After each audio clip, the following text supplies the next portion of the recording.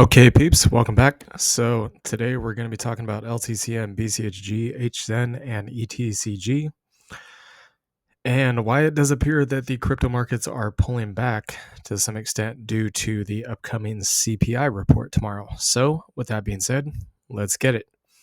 So the first thing I want to mention is that I think the markets, in my opinion, are probably pricing in a bad CPI read. One reason I say this is because the Fed has turned, I'm not going to say hawkish lately, but it would appear that they've become slightly hawkish. What do I mean by this? Well, basically, it almost seems like they are wanting to walk back their statement on 3 rate cuts this year to maybe 2 rate cuts or so, because of the fact that the CPI is just not coming in like they want it to. As you guys can see, it's still a little bit sticky, so we're not getting that big drop that we want to see on CPI. We want to see this headline inflation drop down to below 3% and core inflation drop down below 3% and headline inflation also drop down below 3%.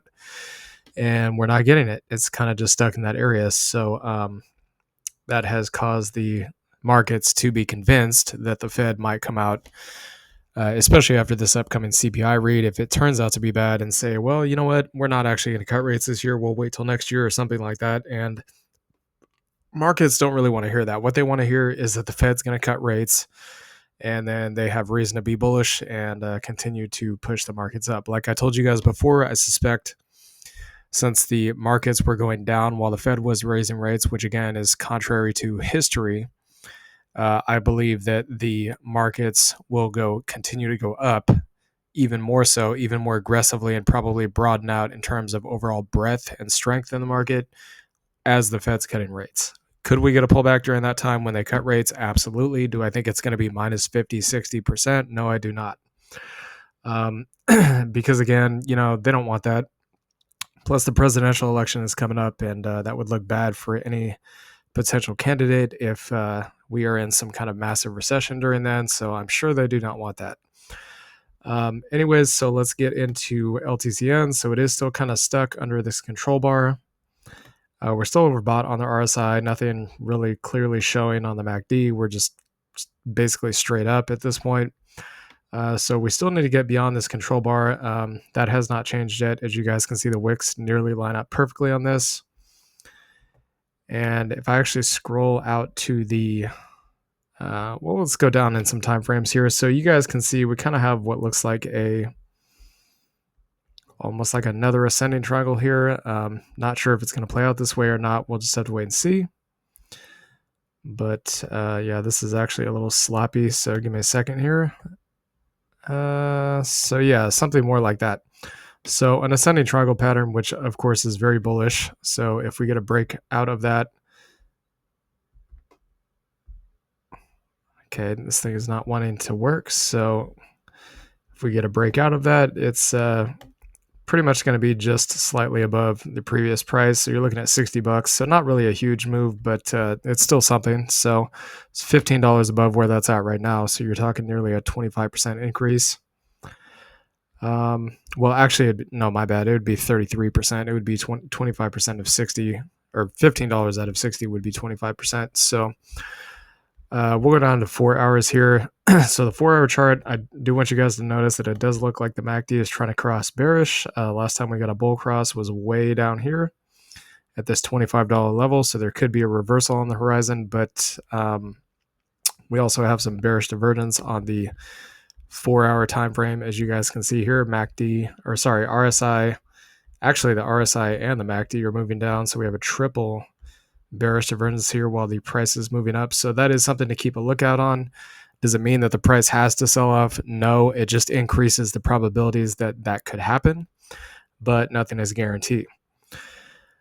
So if we go down here to the hourly chart, and this will give a little bit closer view on the day of what it looked like for the day. So basically this was the start of the day here. We had this gap up and then we squeezed up and then kind of just fizzled out throughout the day. But kind of the main thing to note here is that we opened up here on this candle at about 45 even, and we closed up here at 46.60. So we are making some kind of progress, although we do have lower highs here. So that's something to keep out, or keep in the back of your mind as well.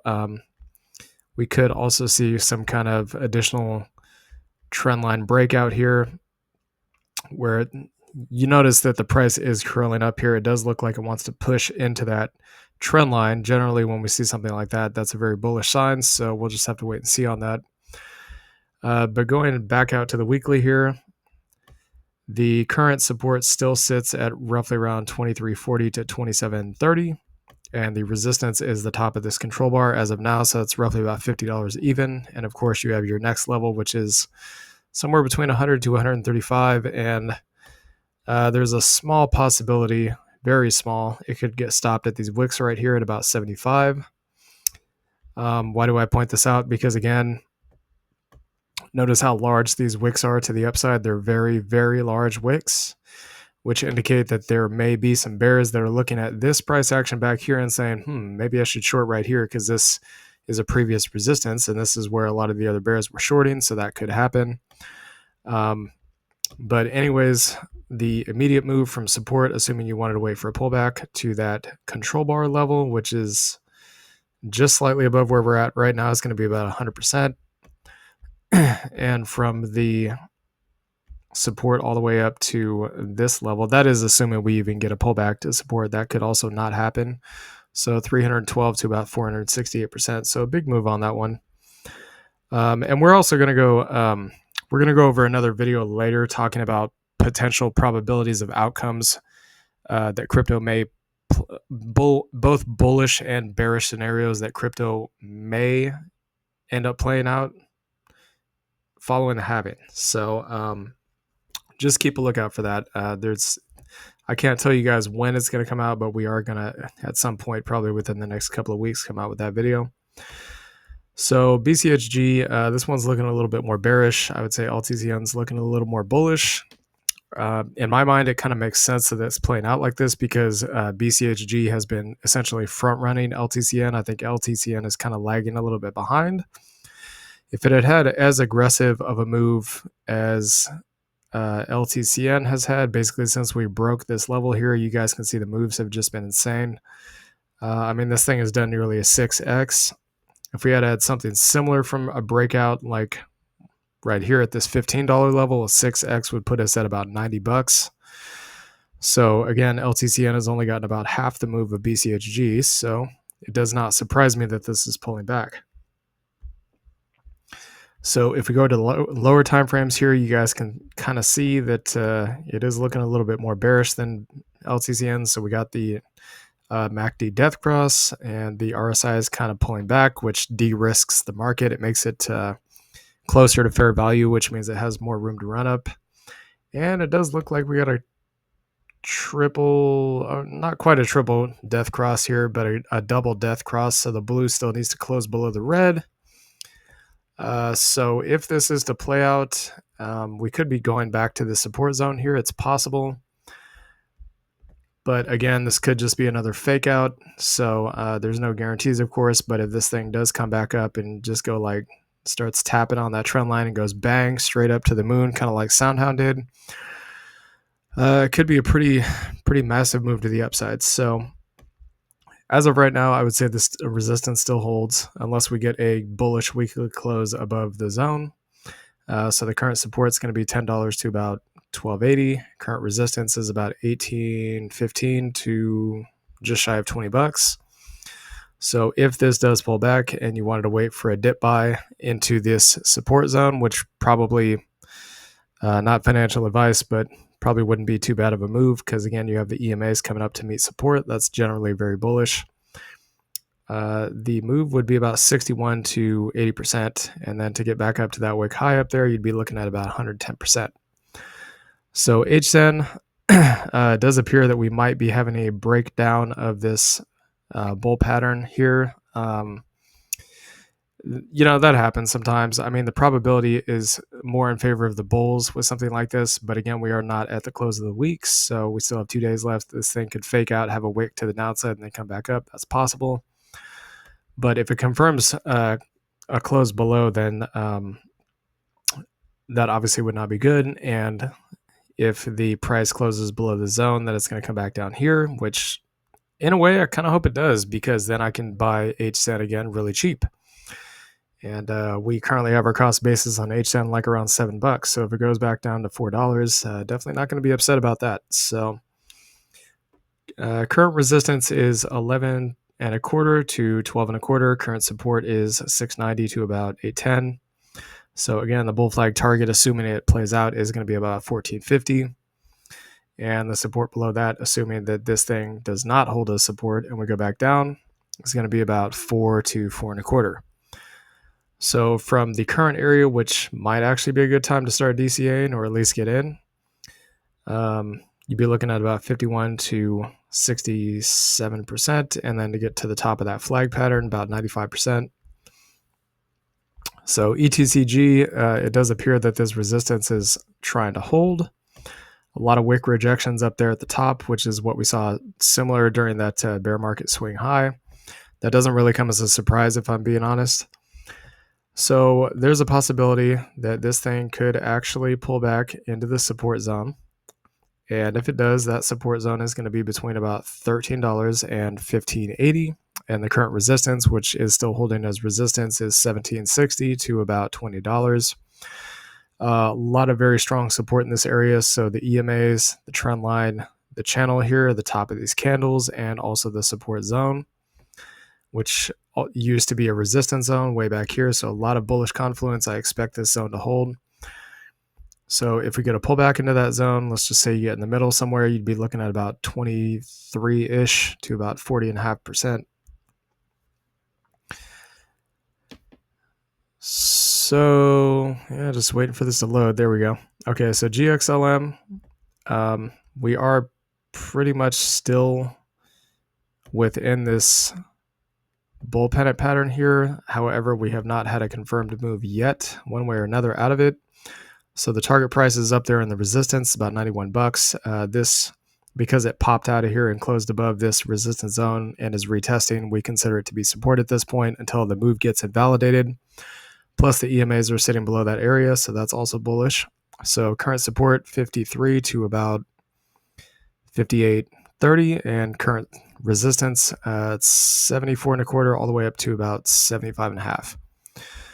So it is actually in that support zone now. So if I was going to buy this, which I would not, because again, it's already had such a large move up, but if I was going to buy it, or at least start DCAing in, I would do it in the zone right here.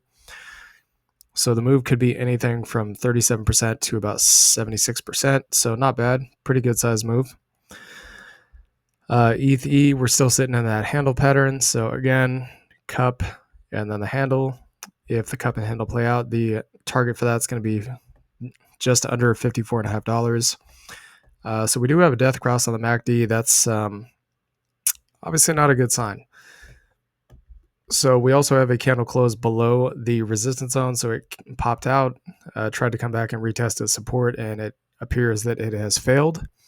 But the EMAs are still holding it up. So we'll kind of have to see how that plays out. But as of right now, this area down here is support. So 17.25 to 18.25. Current resistance 25 to about 29.3, and 40.5 to, I'd say roughly about $48 to the top of that resistance zone there. So assuming you wanted to wait for the pullback, you'd be looking at a minimum of about 41 to 63% and a maximum of about 125 to 163%, and then all the way up to that cup and handle target about 200%. So Zcash, this thing is still very much holding resistance here. That has not changed. As you guys can see, these were basically, it formed into a resistance area right down here, and then boom, shot straight down. And we tried to retest it this time around and failed. A lot of wick rejection here, so it has not confirmed as support yet. So current support is about 440 to 510, and current resistance is 735 to $8. The move on this from the current support to basically the current resistance would be about 57 to 70-ish%, and then to get all the way to the top of those wicks up there would be about 118%. And this is just assuming, of course, you got in roughly around the blue EMA or about the middle of the support zone, because again, it's very hard to time exactly the bottom or top of a move. It's like impossible for most traders to do that. And as for Zcash itself, I'm not surprised it hasn't run yet because I expect this to kind of be a late mover in the bull market. It was last time, and I'm not really expecting anything different this time. So GSOL, again, still coiling up. You can see the candles are getting tighter and tighter. The moves are getting smaller and smaller. This is very indicative of a potential explosive move one way or another. It's hard to say yet what it's going to do. I would not buy at this point because I think the risk is too high. It could go up or it could go down. If you buy now, like you ape in if you put in everything you have now and it drops, I just want you to understand the risk of this. All the money you put in could get cut in half pretty quickly, as you guys can see this wick that dropped down here. I mean, it could literally happen like that anytime. So in my mind, current support is going to be pretty much at this zone down here. So about 170 to 200. And the peak is at 585. Would it be worth the wait? In my opinion, yes, it would. So the move up would be about 213% on GSOL. Mana, haven't had a confirmed bearish close below this yet, but this candle is kind of a doji. It's very indecisive, so we'll have to wait and see on this one. But I still would not buy unless it was in the zone. Again, I'm not bearish on these. I'm just saying that I think the risk is a little bit too high at this point. So again, roughly about a 55% drop. So current support is between 1750 to 20 and a quarter, and the top of this lineup here is going to be about $50, and then all the way at the top is 70. If this is an ascending triangle and it does, go back up into the triangle by the end of the week and then break out, the target of that would be about $80. So we do the measurements here. So to get to the top of the line from the support, it's about 162%, and then the target would be 318% or so. GBAT, very similar, very indecisive. It's coiling up, getting ready to make a move one way or another. The risk here to the downside and the upside is pretty substantial. So downside about 73%. Of course, if it breaks out and it breaks bullish, the move could also be pretty large, but not as large as the downside unless it goes to new highs, so about 51%. I would say the top of these candles here, as we've been saying before on this channel, about $10 would be the ideal entry point. Could it go lower? Sure, it could go lower, but the risk is a lot less from that point. So instead of a 70% drop, you get about a 50% drop. Or if I was actually to measure this a little bit more accurately, it'd be roughly around an 80% drop. So you'd be reducing risk quite a bit by that. But if you induct a DCA strategy and you just put a little bit in starting at this level, assuming it's going to go lower, that'll reduce your cost basis. The risk won't be as high. So that's something to keep in mind. So again, that's about the $10 level. To get up to the top here would be about 225% on that move. So G-Link, this red candle's not really that great looking. It looks like it does actually want to break out of this thing. So, break down to the downside. So if it does, probably looking for it to stop somewhere between $68 to about $85. Again, the risk on this is pretty high, so could be as much as about a 44% drop. Do keep that in mind. But if you're patient, you're willing to wait to buy the dip on this thing, and it does bounce, which I am pretty sure it is going to, because the halving hasn't happened yet, and that's generally when the biggest moves happen towards the end of the halving year. You'd be looking at about 200%. So PhilG, this one is very, very indecisive. I wouldn't be buying this until we got probably at least down to this wick is when I would start buying, because it's a lot less risky. Just to give you an example, so from here to the current support, if I can even measure this to get to the current support, it's about 80% drop. But from the wick to the current support is still a decent sized drop, but again, you're cutting about 15% of the risk off of that. I suppose if you wanted to be a little bit more conservative, you could say, well, I don't really want to touch this thing until, let's say, it gets down to the top of these candles right here, which is a possibility, because you can see the tops turn into bottoms here and then kind of blast it off from there. So about $63. That's a more conservative play, I would say. You'd be looking at Give me a second. This thing's kind of really being choppy. At most, about 40% drop, so it's not as bad. So the move from the top of this wick here at 120 to the peak, you'd be looking at about 240% on that move. So GLIV, this one is starting to look a little bearish. The candle body is below this previous candle. If that closes on the week like that, then I would say that's bearish. So the pullback would probably be somewhere to the top of these candles, so about a 48% move. That level again is roughly about $26 to $28.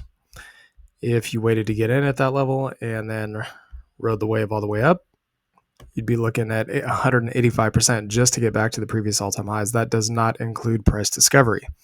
So anyways, hope you all enjoyed this content. Please like, comment, and subscribe, and we'll see y'all later. Peace.